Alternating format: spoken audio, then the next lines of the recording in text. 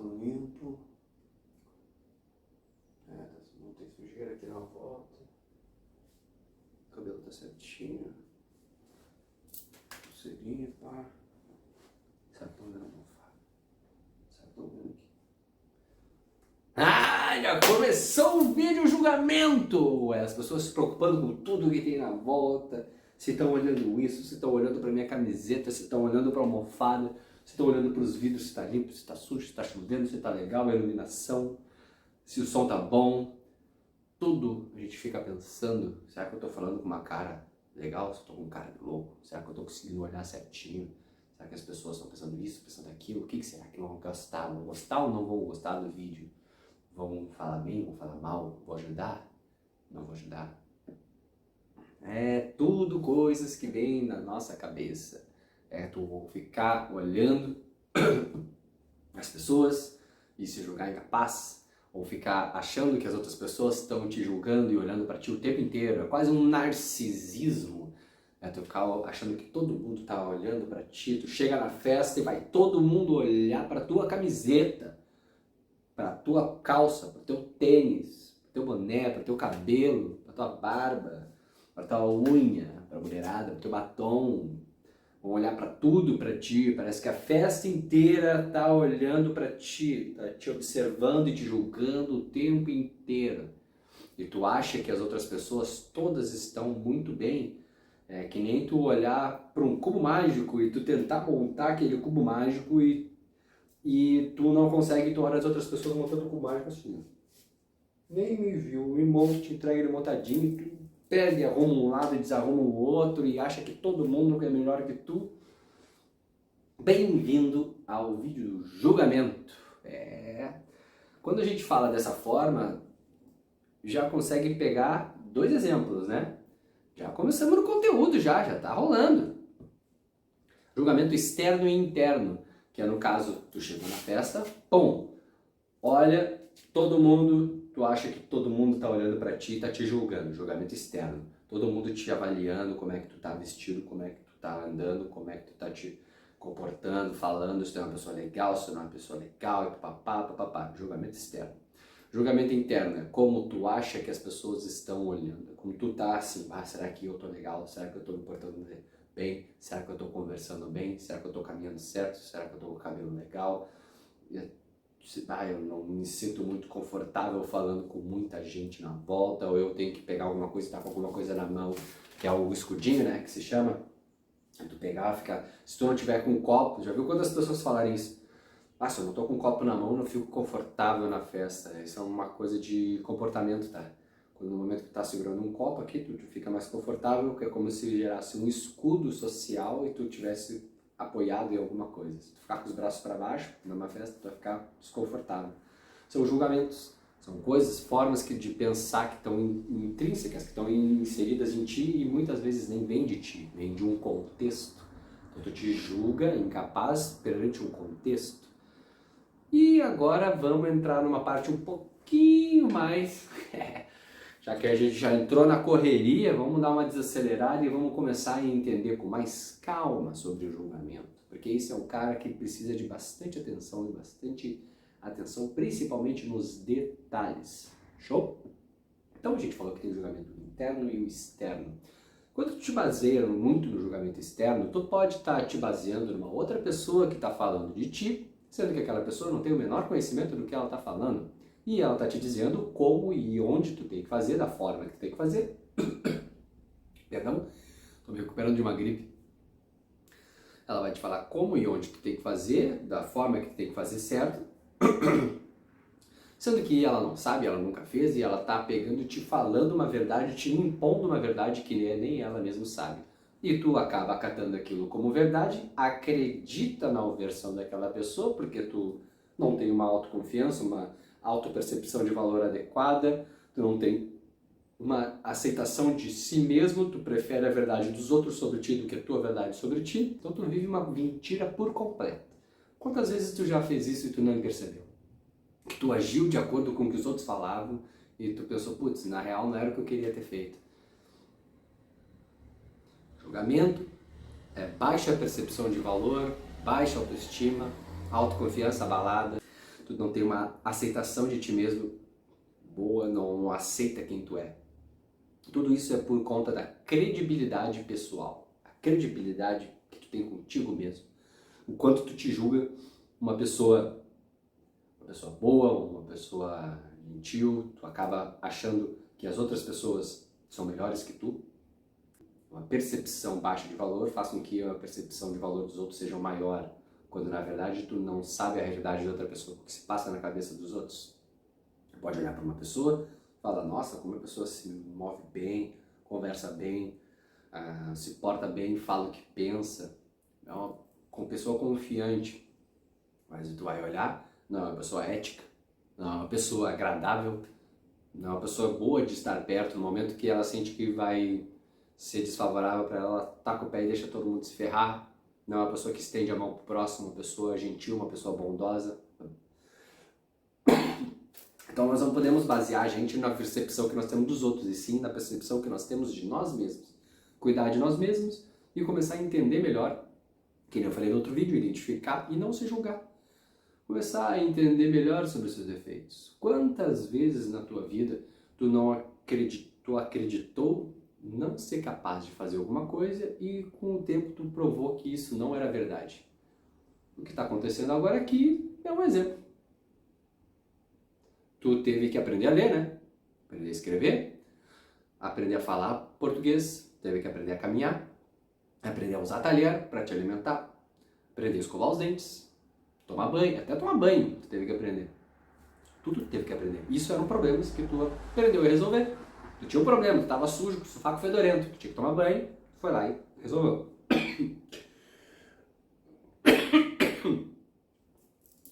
Tu tinha um outro problema.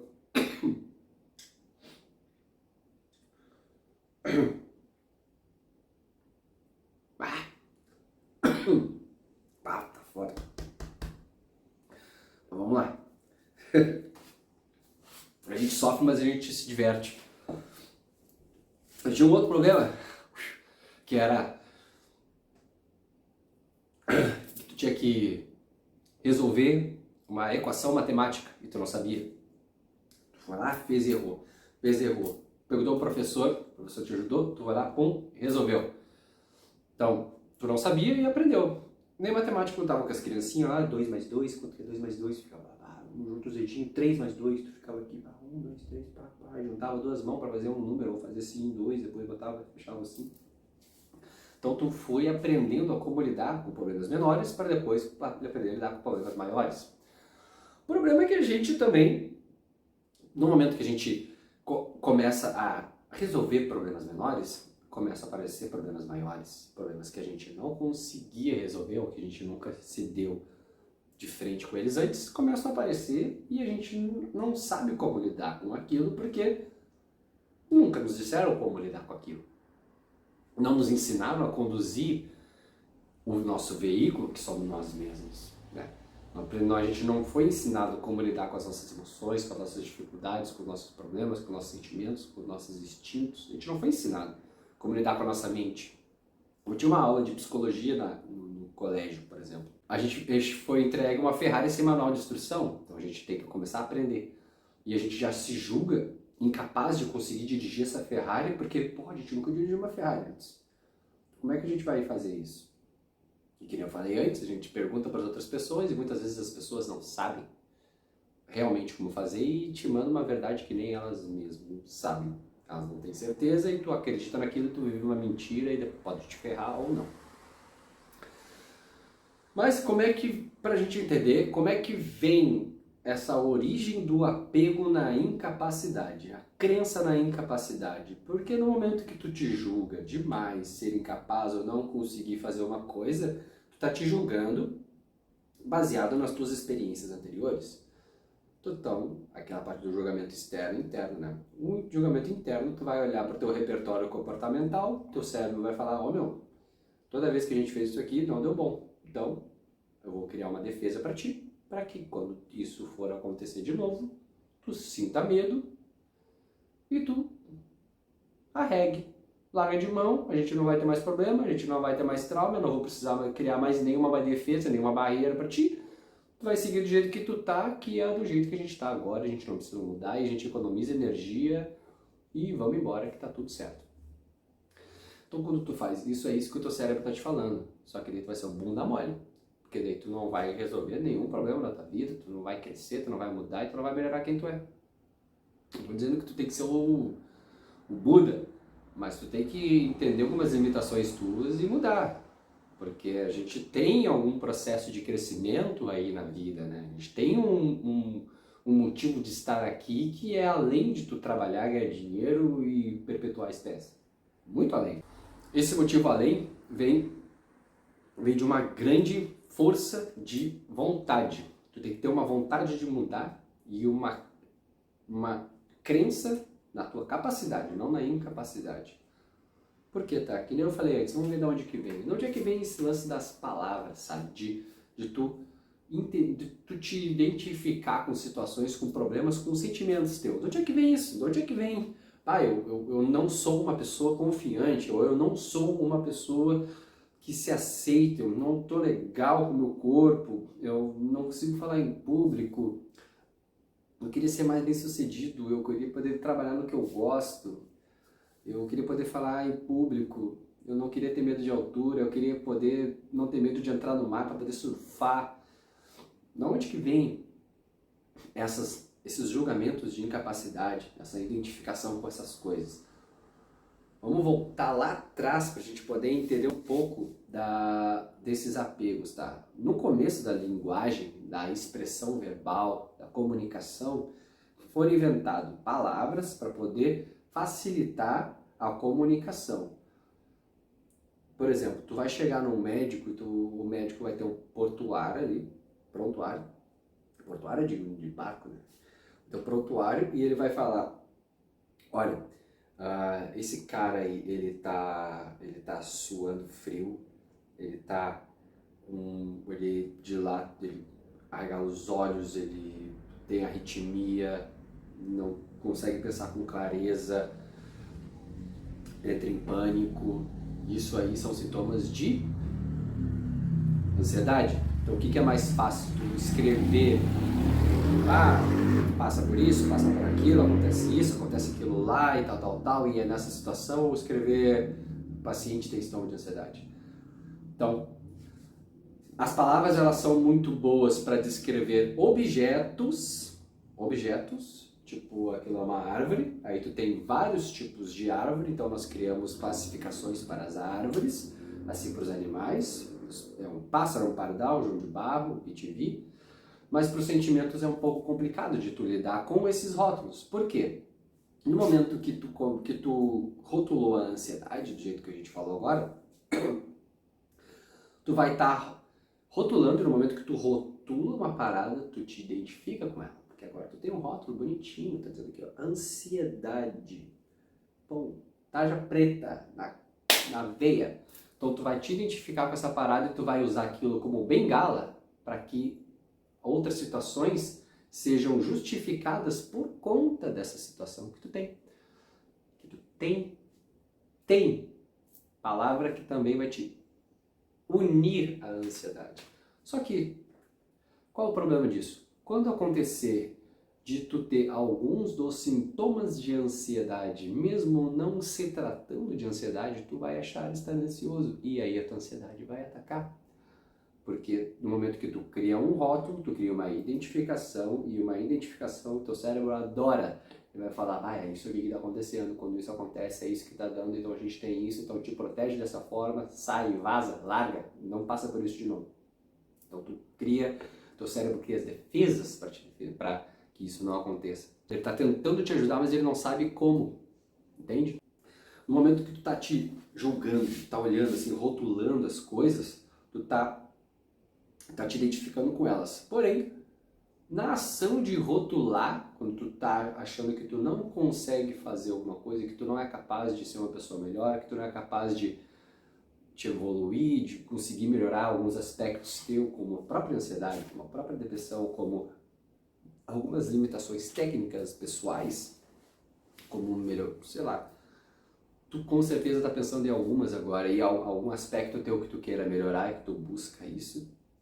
ou que tu aceita de alguma forma alguma fragilidade tua que tu poderia sim mudar e tu nunca te questionou isso, quando tu te questiona, tu vai começar a perceber que em toda rotulação existem dois personagens.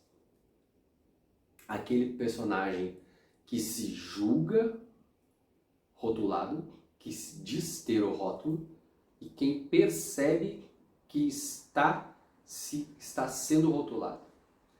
Tu vai ter, então, esse cara que recebe o rótulo e o cara que olha e percebe, peraí, mas eu tô me rotulando. Então, tem duas pessoas. Entendeu? Tu vai ter a pessoa que está julgando ser incapaz e a pessoa que percebe estar se julgando incapaz.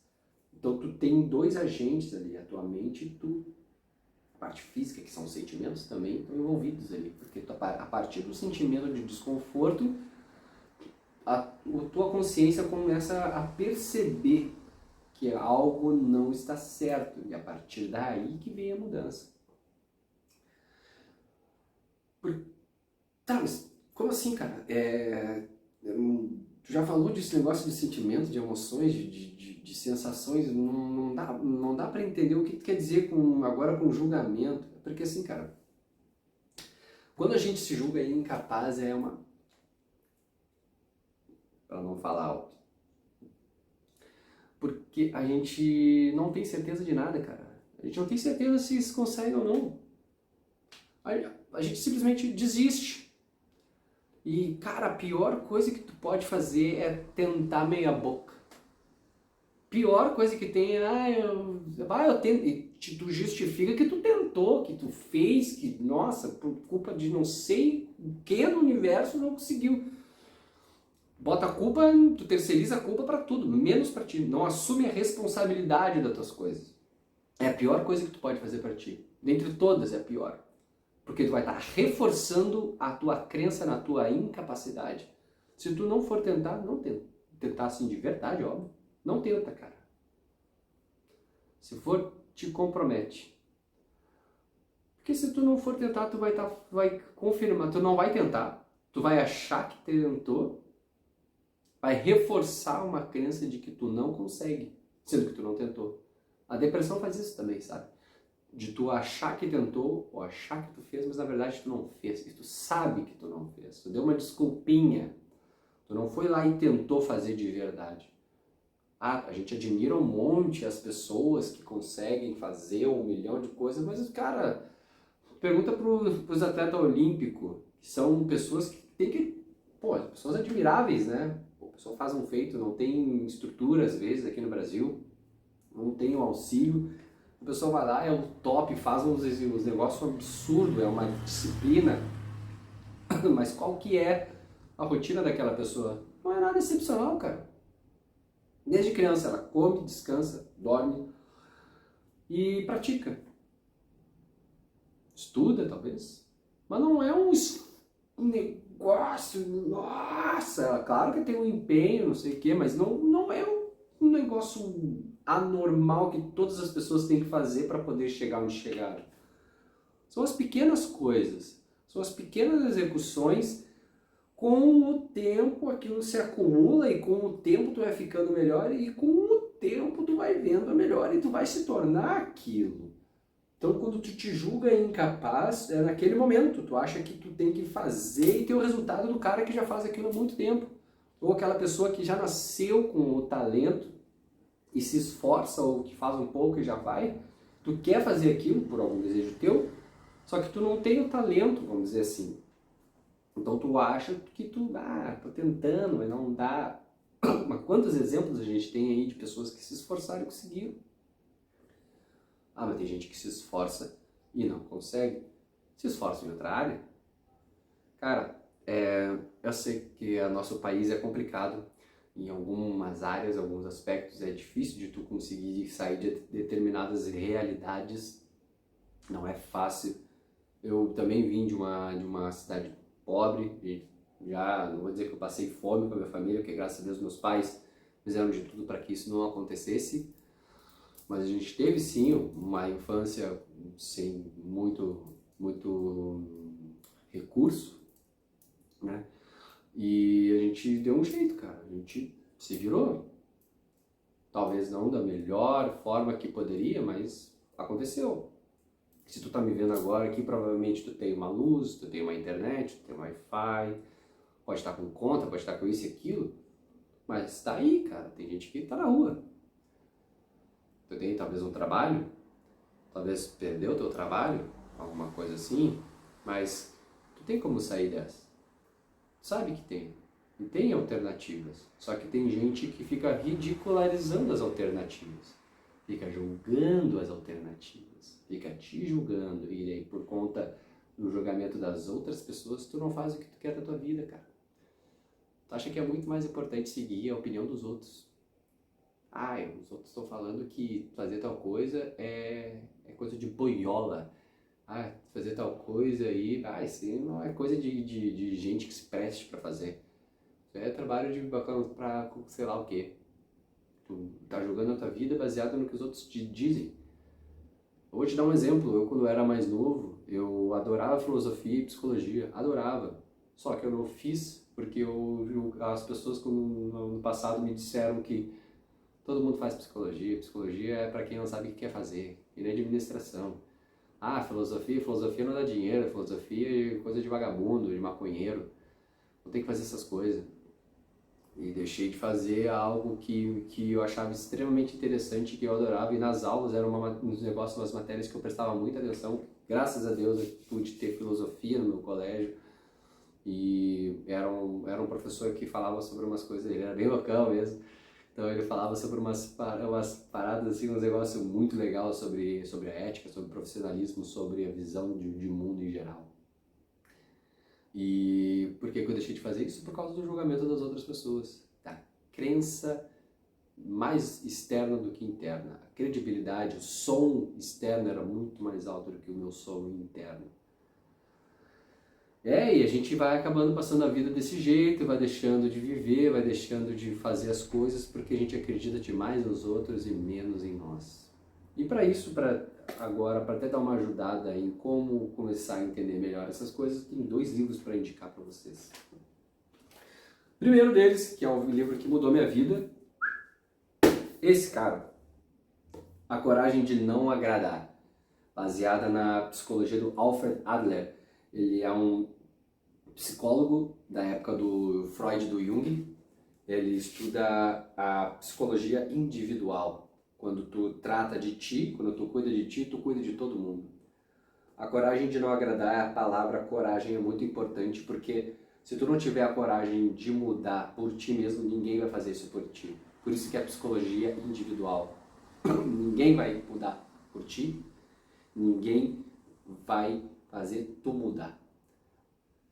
Tu é incapaz de fazer alguma pessoa feliz. Tu pode despertar um sorriso na pessoa, mas tu não consegue fazer a pessoa feliz. Felicidade depende da pessoa. É algo que é individual. E quando tu cuida de ti, quando tu trata do teu indivíduo, tudo ao teu redor se conserta. Tem esse cara aqui, esse livro é desses 2 japoneses, né? Do Shiro Kishimi e Fumitake Koga. Eles são estudiosos do Adler e eles escreveram esse livro de uma forma que como é um filósofo que estuda o Adler há muito tempo, e o jovem que chega no escritório desse cara e começa a trocar ideia com ele sobre isso.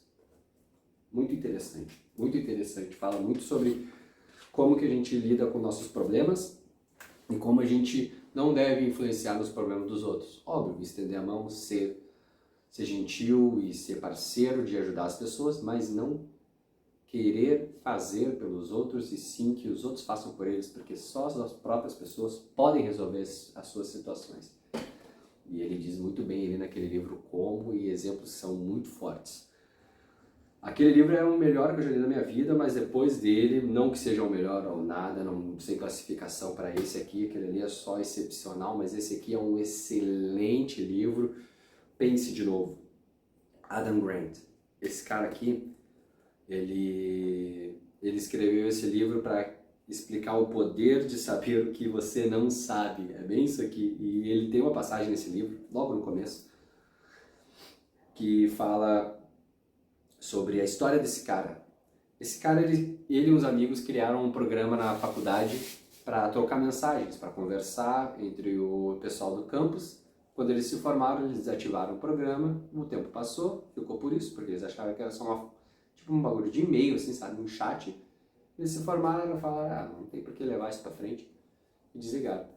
Anos depois vem um cara, pega essa plataforma, muda um pouquinho, coloca umas coisinhas diferentes e tal, troca o nome e bota o nome de Facebook. Exatamente. Ele criou o Facebook e na época ele achou que não era nada demais.